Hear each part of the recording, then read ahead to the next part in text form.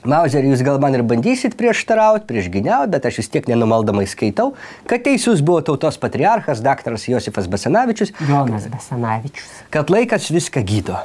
Visas žaizdas. Ir kągi išgydė jūsų tas taip garbinamas laikas? Amerika ir Kuba išgydė. Nuo nemeilės.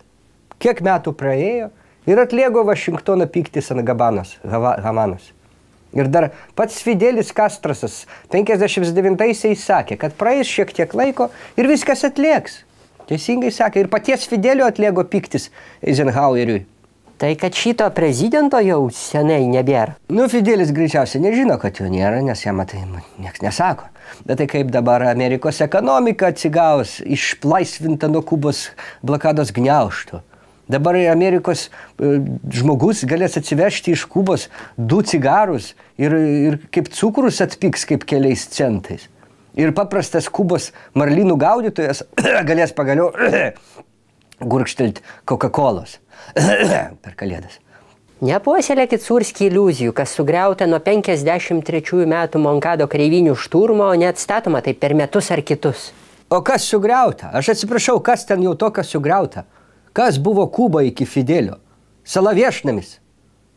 Atvažiuodavo, reiškia, gašlūnai iš Amerikos žaisti kavonkių cukrašvendrių laukuose. Nu, jūs suprantat, ką aš turiu omeny.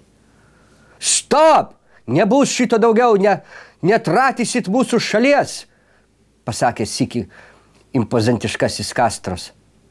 Pasakė, ką Fidelis. Nu ir kas iš to? Badauja kubiečiai 100 metų. Nu ką jūs nušneka, čia prisiklausęs vakarų propagandos?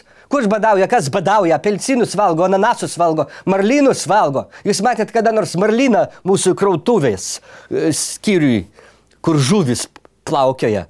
Šūdo jūs ten matėt. Benzino gauna dykai iš Venezuelos. Žmonės gyvena laisvės saloj. Kuba įrodė, kad sankcijos nieko nepadarys. Kuba yra pavyzdys Putinui.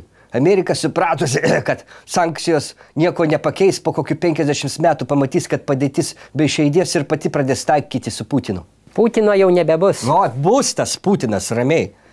Bus dar kaip, jam bus 110 metų. Bet sankcijas patyrę žmonės labai ilgai gyvena, mes puikiai tą žinom iš Fidelio Castro pavyzdžių.